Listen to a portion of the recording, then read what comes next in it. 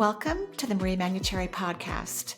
Over the last 30 years, it has been my joy to assist humanity in aligning with their magnificence so they may heal, discover their natural gifts, and communicate with loved ones living on the other side. May you also experience delight while we dance in the powerful, intuitive world of energy. Let's get going. Welcome to where energy meets the divine.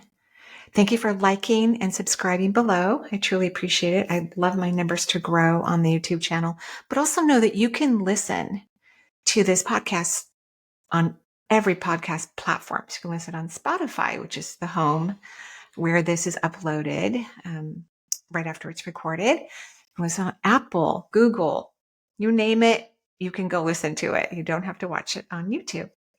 Okay. So today I want to talk about manifesting again, but from this really important perspective. I think a lot of people think that when you start manifesting, it's just going to come like this, like when you snap your finger very quickly. And sometimes it can. Sometimes, and that's really fun when your vibration is elevated, that you just start attracting really cool and wonderful things for yourself. That's really fun. But there could be some things that you're working on that haven't arrived yet. And when people get disappointed, that lowers their vibration. They can't hear source energy directing them to a new place to hang out, or something new to investigate, or new people to be in their life. So you want to realize that manifesting takes different timetables depending on where you are in your life and what kind of a journey do you need to make this thing created. In other words, sometimes we're just not ready. We're not consciously available. We don't have the understanding that we need or the relationship we need with ourselves in order to have that thing that we desire manifested. However, the universe and you, your higher self, the divine, are working on your behalf to help you to grow consciously. And when you get disappointed that, where's that brand new car? I ordered that 6 months ago. Where is it? If you get disappointed and you stay in disappointment energy, because it's okay to be disappointed in now and then you can't hear or see or feel the magic that the universe is sending you. And you kind of push yourself further away from allowing that manifestation to come into your life.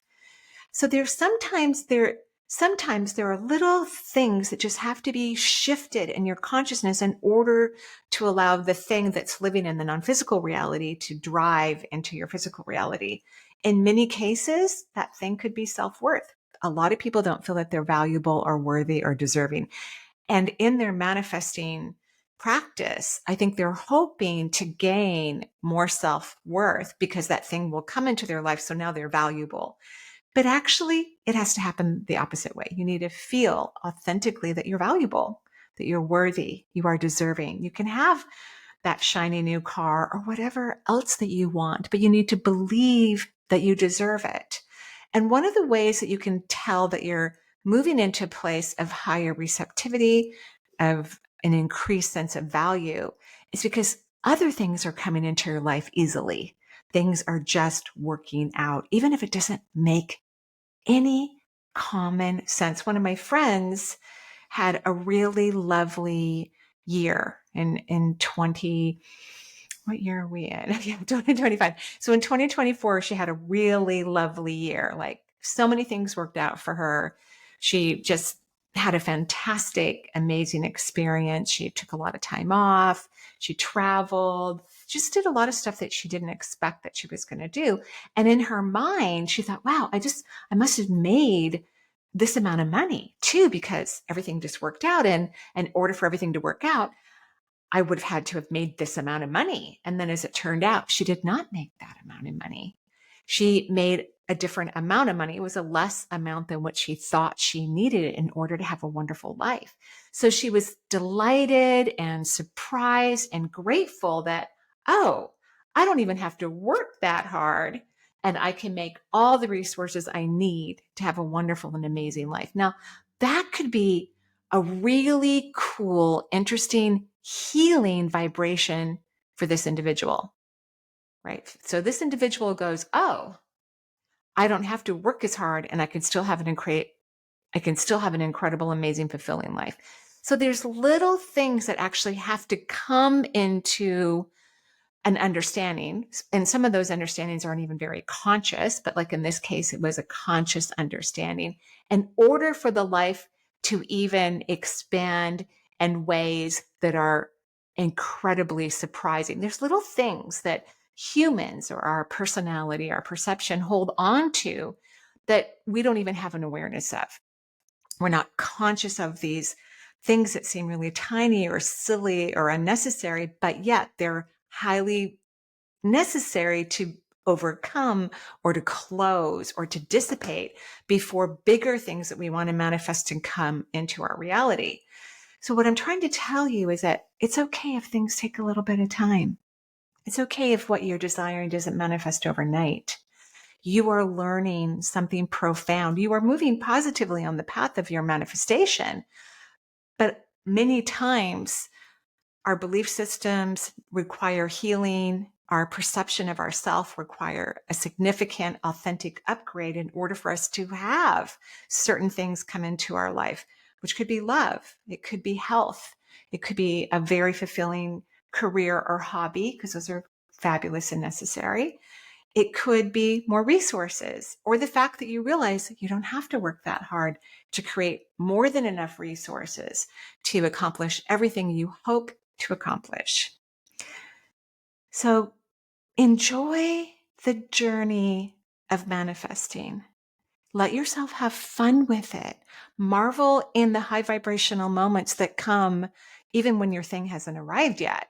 Even when you were just annoyed yesterday, but now you're okay with it and you're happy and you're in a high frequency and you're in a high vibration because other things are happening. Necessary, important, conscious steps of evolution are occurring to help you to move into that bigger landscape of, oh, of course I deserve all of this. And thank you so much for allowing me to co-create it with the universe, because we are co-creators. We're always co-creating.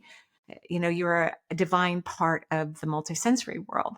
And so when it comes to manifesting, it is a co-creative endeavor. The universe is helping you. And a lot of that help has to do with changing your belief system, allowing yourself to experience something that gets you into a spot so that you can create more. Yeah, it's very exciting. So take your time.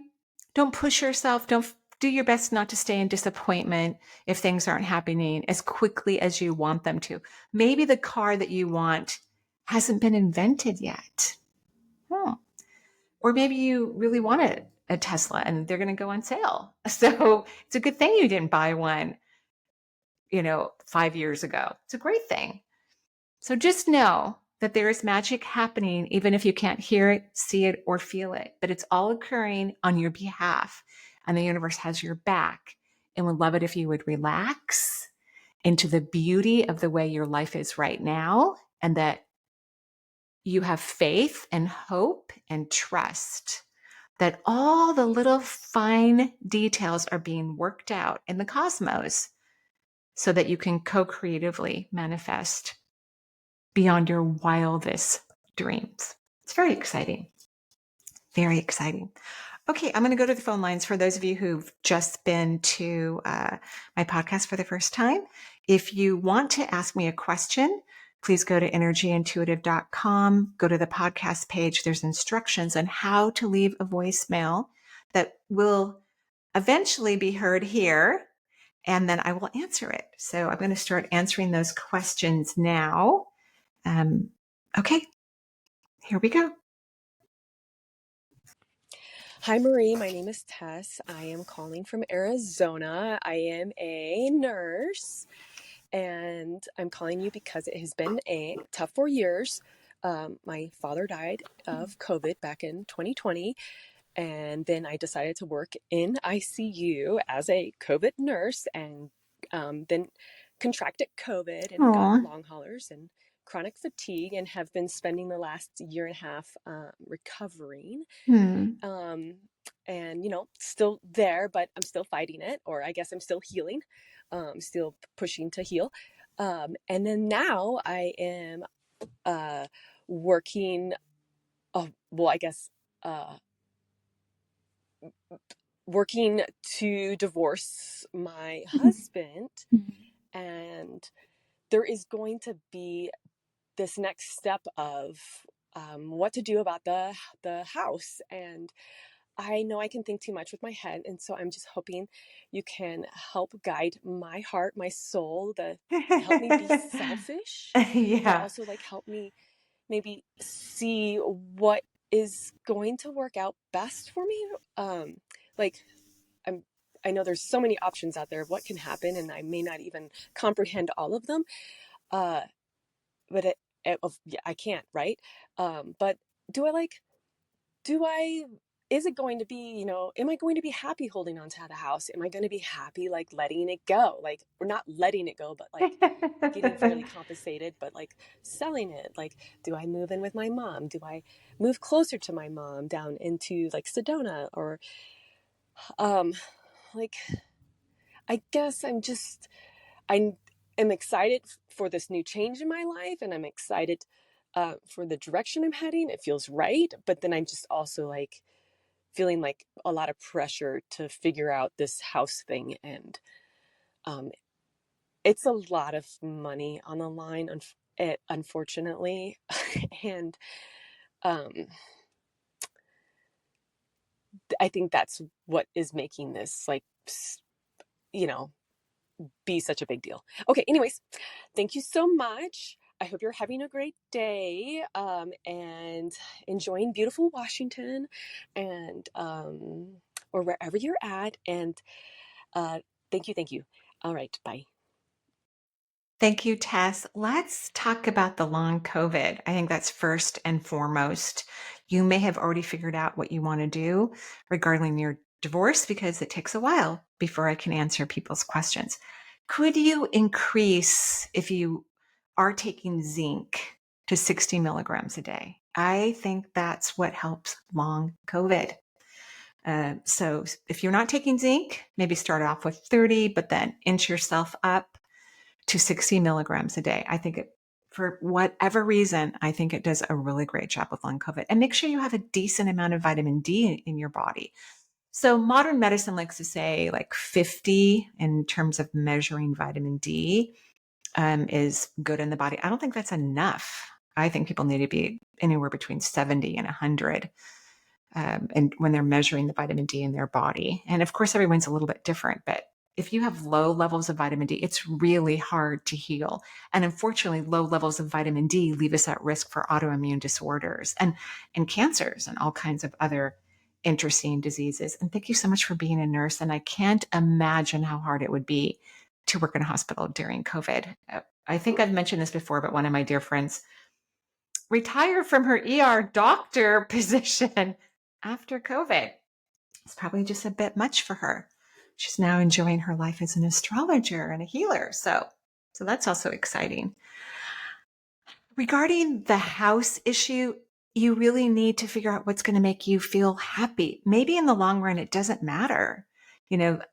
Whether you stay in the house or you sell it and you have the cash available, or maybe it doesn't really matter because there's enough resources in the house, regardless if you keep it or sell it, you have enough resources, but you haven't figured out yet what makes you happy. So I would hold off. If you haven't sold the house already or you haven't figured out what to do, I would hold off until you know. That's what I would do. So take some zinc. Take your time. When it comes to feeling what's next, it can take a little while to go, oh, that's what feels good. Because a lot of humans don't really know how to feel joy or happiness, and they want to go to the next thing. No, I want to go to this one. I need to go to this one. Feeling happiness, it's so pleasurable. You don't want to leave it. It feels so incredibly good. It is a gorgeous day here in the Northwest.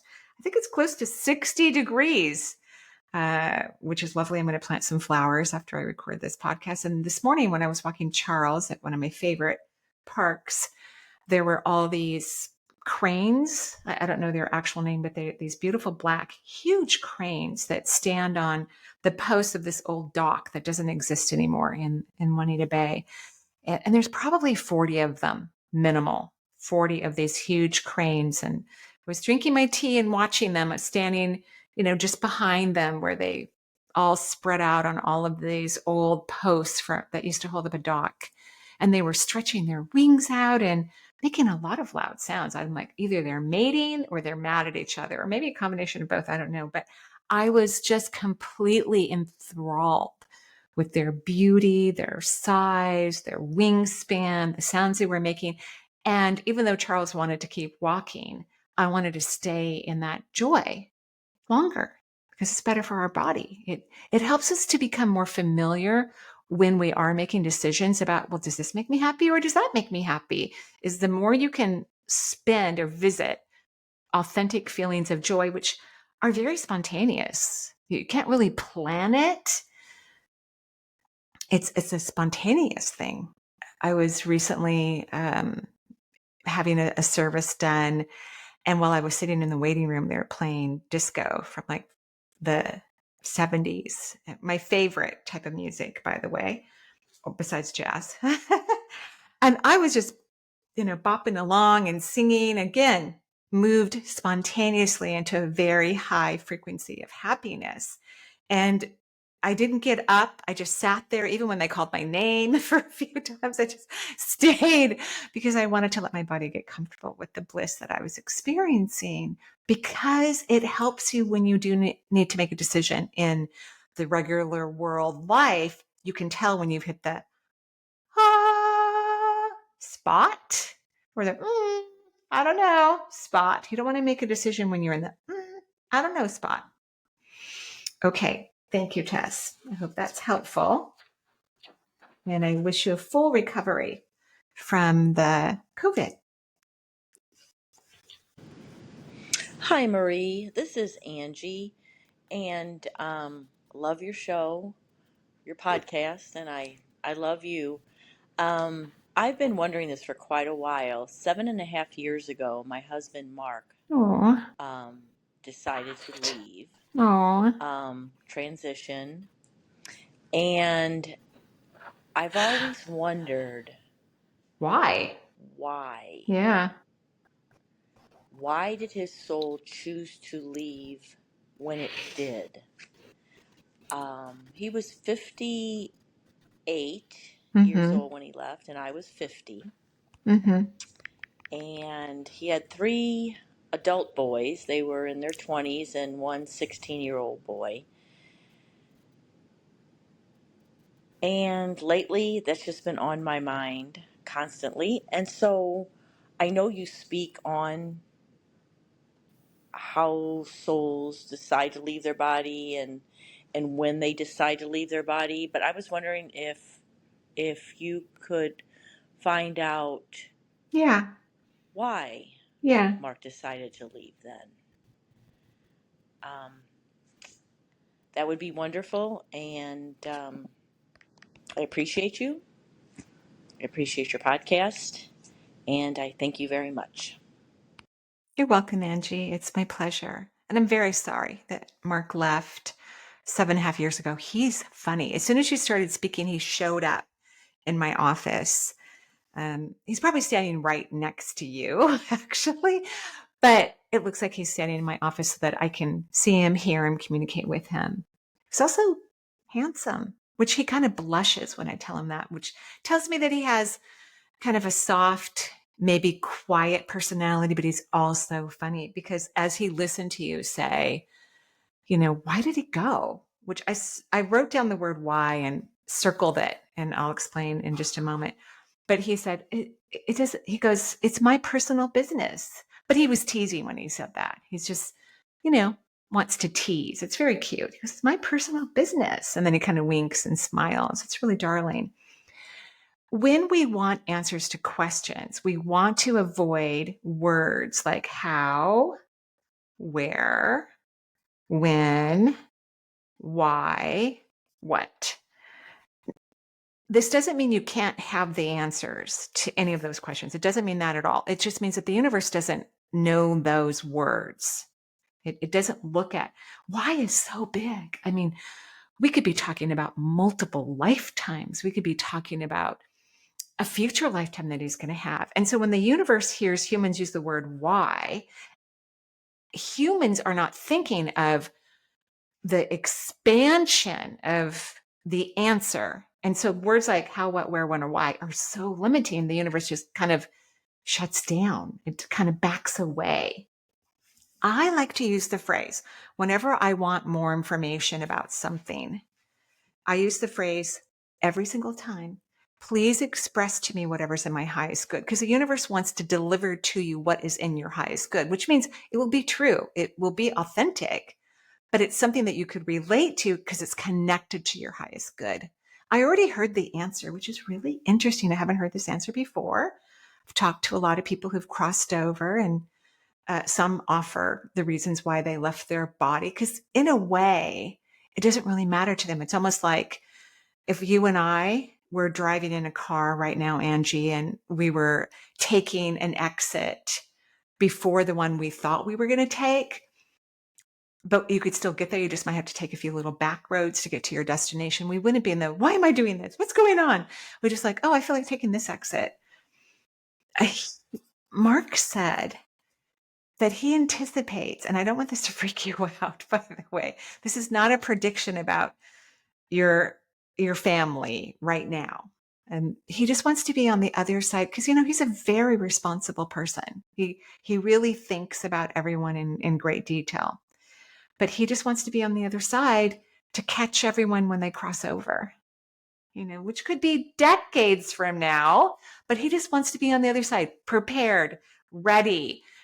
He was also a little bored, not with you. You guys had fun, you laughed a lot, but he was just his own boredom. He wasn't moving forward in the way he wished, which is his responsibility. People can always move forward whenever they want to. They just might need some therapy or study something mystical or learn about energy or start meditating. They just might need to do something to get their juices flowing, to get into a new venue of a whole bunch of different truths that have evaded them most of their life. But he didn't want to do that. He said that he was becoming too much of a couch potato. And so he just put a fire under his butt. He literally says that. And took a rocket ship to the other side. So there's nothing that you could have done differently. There's nothing that the family could have done differently. No one in the family did anything to create this or to manifest him to move to the other side.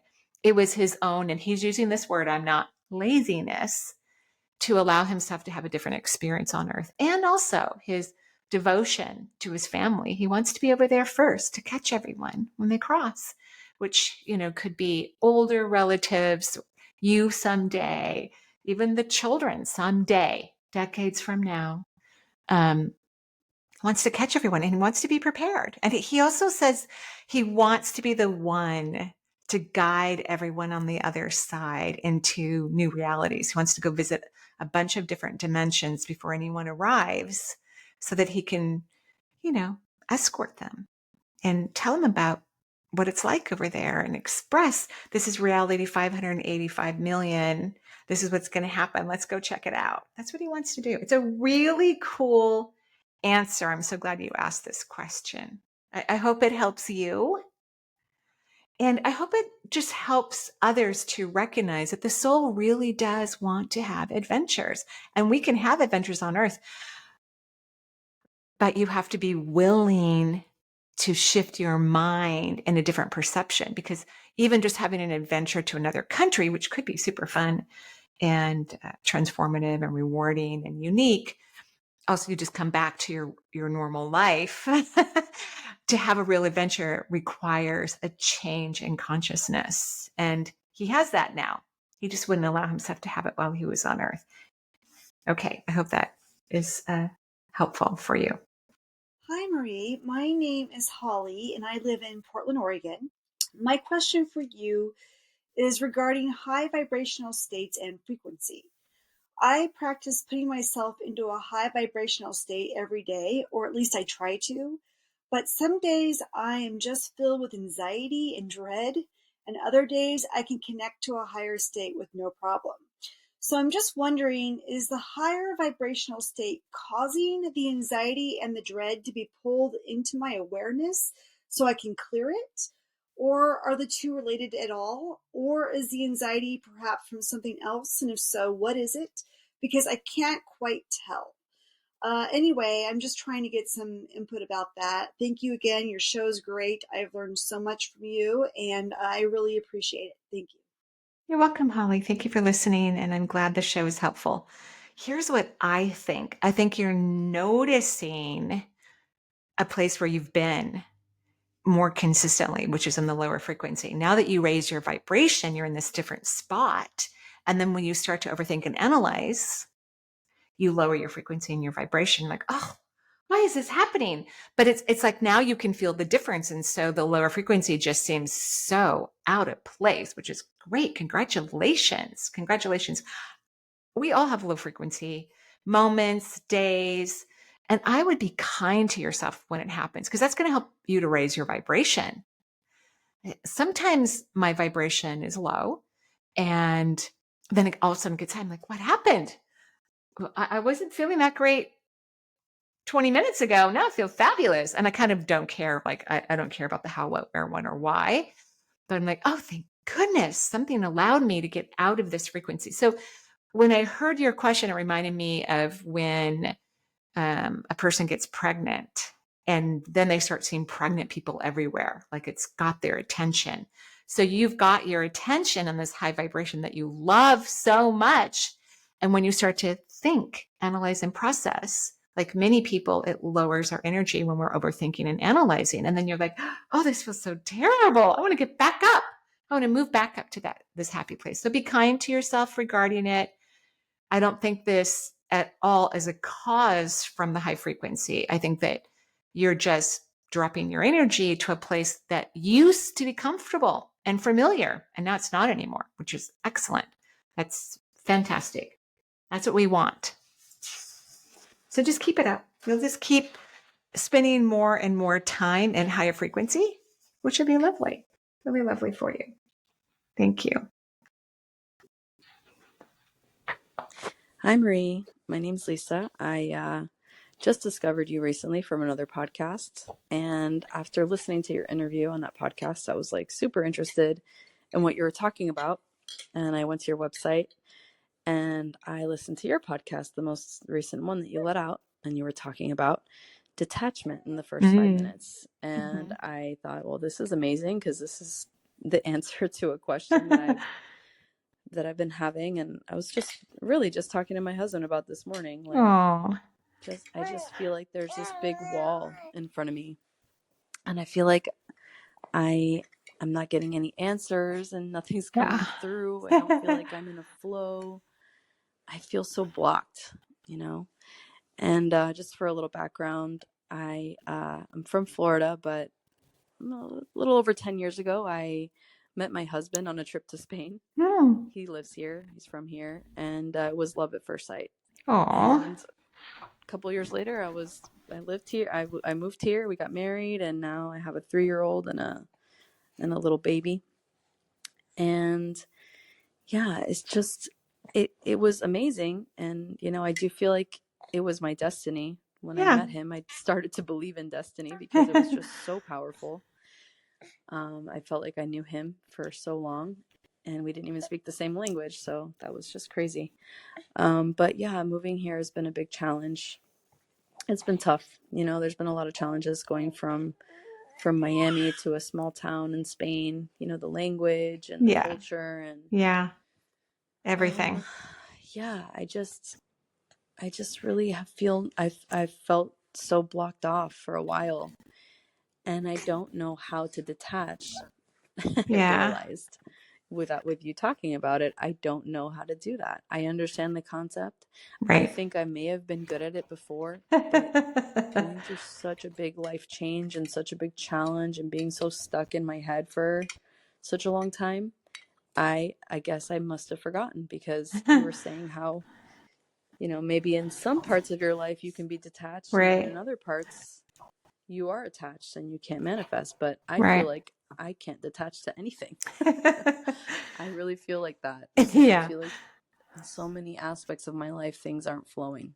You know, and part of it is also probably the fact that I have a little baby. and I can't Yes. really do much because I'm, Oh my still stay at gosh. home with him. But Yeah. other things like I just aren't flowing, and I would love to know, like, how do you actually detach Mm-hmm. from things that really matter to you? Mm-hmm. How do you sort of make them not matter? Right. That's a big question, but thank you so much. I really appreciate it. You're welcome, Lisa. I think it is hard to detach when you're raising young kids. My kids are all grown. I think everyone knows I have 6 grandchildren, 4 live locally, so I see the kids often. And I bought this really pretty on sale coffee table for my living room. And I loved it. It's from one of my favorite stores. It was very heavy. It took 3 of us to carry it into the house. And I worry every single time the kids are here. I'm so afraid they're going to hit their heads on it, or because it's heavy wood. It's really heavy and it's big. It's not small. It's not like we can just move it out of the living room as the kids jump all over the sectional and build forts and all of that. I mean, it's heavy. So I have a hard time detaching. And one of the grandkids did get like the wind knocked out of him once from hitting his ribs on a corner, even though I have little plastic corner tabs on a lot of furniture in my house. So I think with kids, it's challenging. It's very challenging because they're busy, they're mobile. They, like your baby can't do anything for itself, and so you have to be really constantly monitoring. Is he tired, or is she hungry, or do they need a nap? Do they need to be walked some more? So I think you're in the perfect spot. I think that it's just really challenging, and you have a 3-year-old too, so you've got a lot of moving parts, and you're living in a foreign country. I've been to Spain. I taught a workshop in the Sierra Nevada mountains. I think that was my very first workshop internationally in 2016. And I rented this place that was way up in the mountains, run by expats. I think they were American. I think so, not Brit, but I can't recall actually. And it had all of these outbuildings all over their property, like little tree houses and things of that nature. And I had my own space to myself. I'm telling you this because I was so distracted because where I had to pee in the middle of the night was like 150 feet away from my little treehouse. And I was too scared to come out of there was no lighting there. I had a flashlight, but I mean, you literally can't see anything. And there's like wild boar running around and in the bottom of the canyon, because we were way up on the top of the mountain. In the canyon, there was a commune of lovely hippies. I never saw them, but we could hear them until like 3 o'clock in the morning and smell all the marijuana they were smoking. So I was just not comfortable walking outside to go pee. I probably should have just had a little bucket in my room, but every evening it was a challenge. I couldn't wait till the sun could come up so I could run and go to the bathroom. And I was thinking about that as you were talking. You just have so much going on. It's difficult to detach. So I do have a solution for you. And luckily, this is not about a bathroom. I think you need to have someone watch your kids for a little bit, even just once a week. If you have an in-law who can watch the kids for a little bit, so you can just get away and get by yourself and go get a coffee. And even if you do nothing but stroll down a street or walk a beach or walk into a store, just to learn to get back into your energy for yourself. Because I think too, when you live in a foreign country and you have to speak another language, which is lovely and great for your children. And 2 of my grandkids go to bilingual schools where there's only Spanish speaking and taught to them all day long, which is lovely.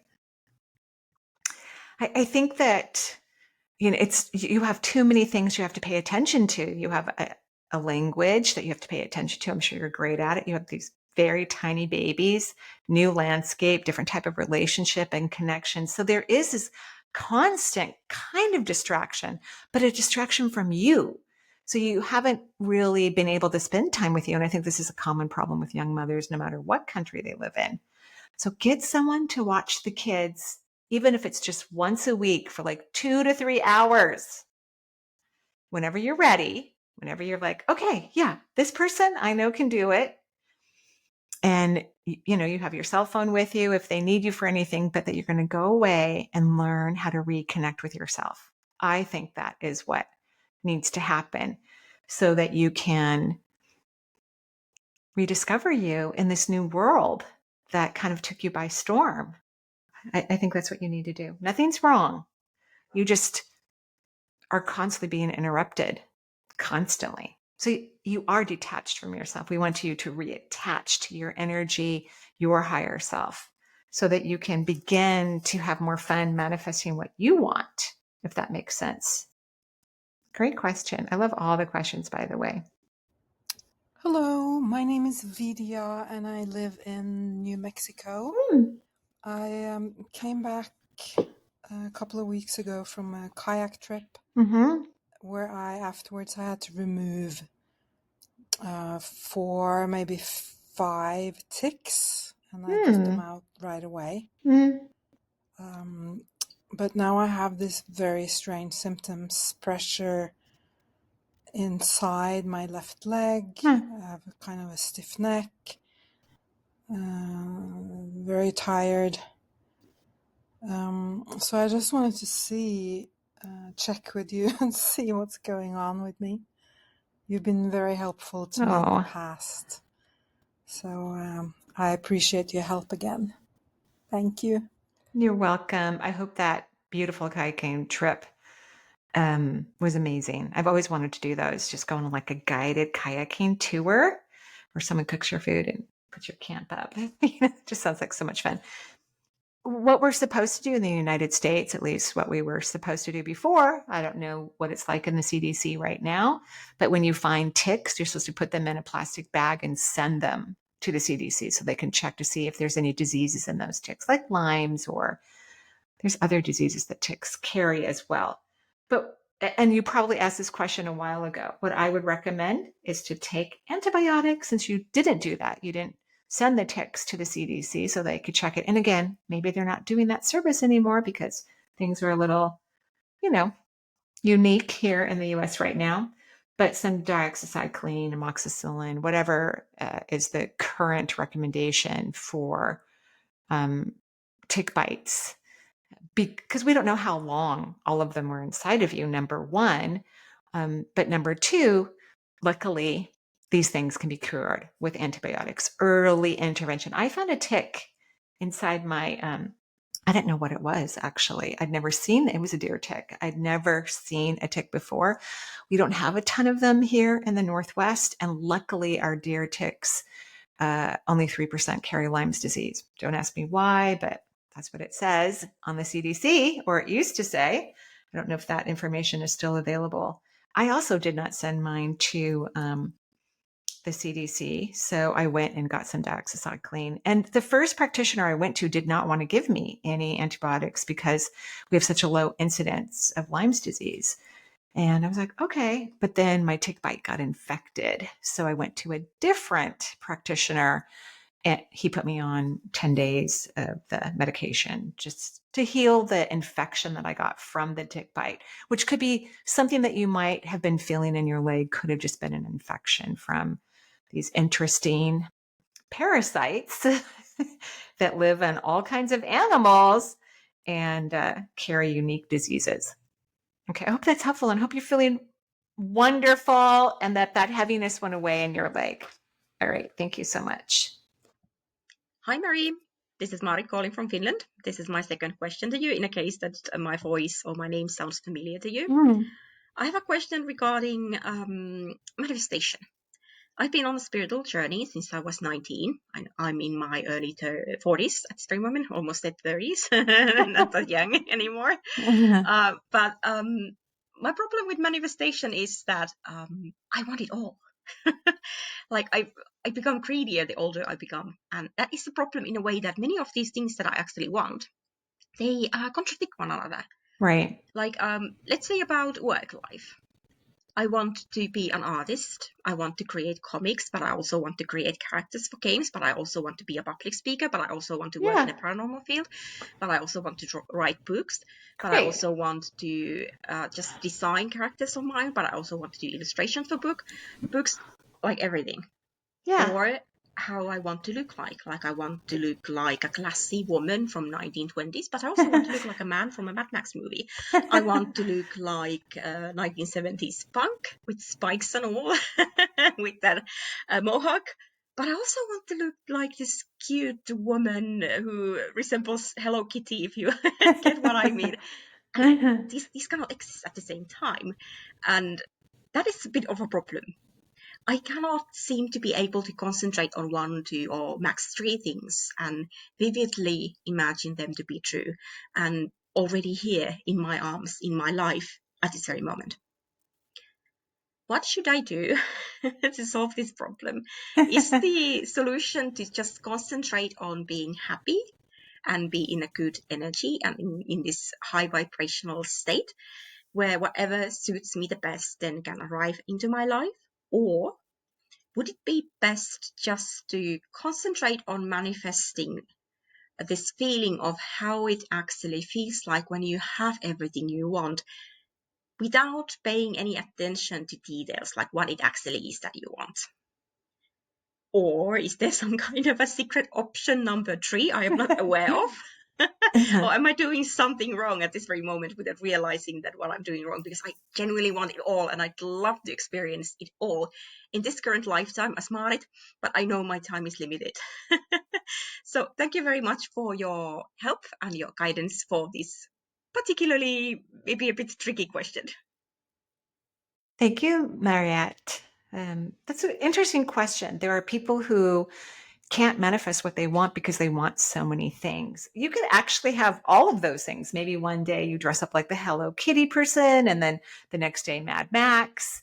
So those are options. Or maybe every Halloween, if you celebrate that in Finland, or some version of that, you choose one of these characters. You can public speak, you can write, you can be creative, you can do all of these things. So yes, your option 2, to feel the joy, not getting caught up in the details, that your life is incredible, would be where you want to put your energy. And here's the other caveat. Sometimes, many times, when people have so many things that they want to do, it's really their ego trying to scare the gajibis out of them so that they don't manifest anything at all. Or they're just so caught up in, but I want this and I want that. I would love it if you do some automatic writing and you use that question that I talked about earlier in the podcast. Please express to me whatever's in my highest good about public speaking. And then please express to me whatever's in the highest good about writing. So we can get down to the true essence of your feelings and the co-creative spirit behind this potential desire. But yes, you can have it all. I would just stay focused on that feeling, but also do some automatic writing about it. Because sometimes I think about, I could do this. But then I don't feel the joy behind it. So I don't put a lot of energy into it because I don't feel the joy. And I think you need to learn to get out of your head so you can measure, is this thing that my mind came up something that truly brings me joy? Or is it just a distraction my ego is presenting to me so that I don't co-create, so that I don't allow myself to evolve, so that I don't experience the things that I truly deserve? I think that's where we want the questions to go to, so that you can not let your brain be in charge. You want your emotions to be in charge. Like, what really, really, really, really, really, really, really, really, really, really, really brings you happiness? Okay. Thank you, everyone, for listening to the podcast today. It'll be up tomorrow, which is April 14th, 2025. I know we have a full moon today, or yesterday, I think it was, in the sign of Libra. So that's exciting. We're still in this very busy astrological place in the heavens that is affecting our earth and changing all of us in profound and interesting ways, and enlightening us and waking us up. Some people are waking up to compassion. Some people are waking up to their magnificence. That's exciting. And thank you for being here. I'll see you soon in a class. I have my self-love class starting tomorrow morning in the Pacific Northwest online for 8 weeks. It will be a great dive into all of those who participate into their own genius. And I'm excited to be a part of that. Joyful blessings. Bye-bye for now.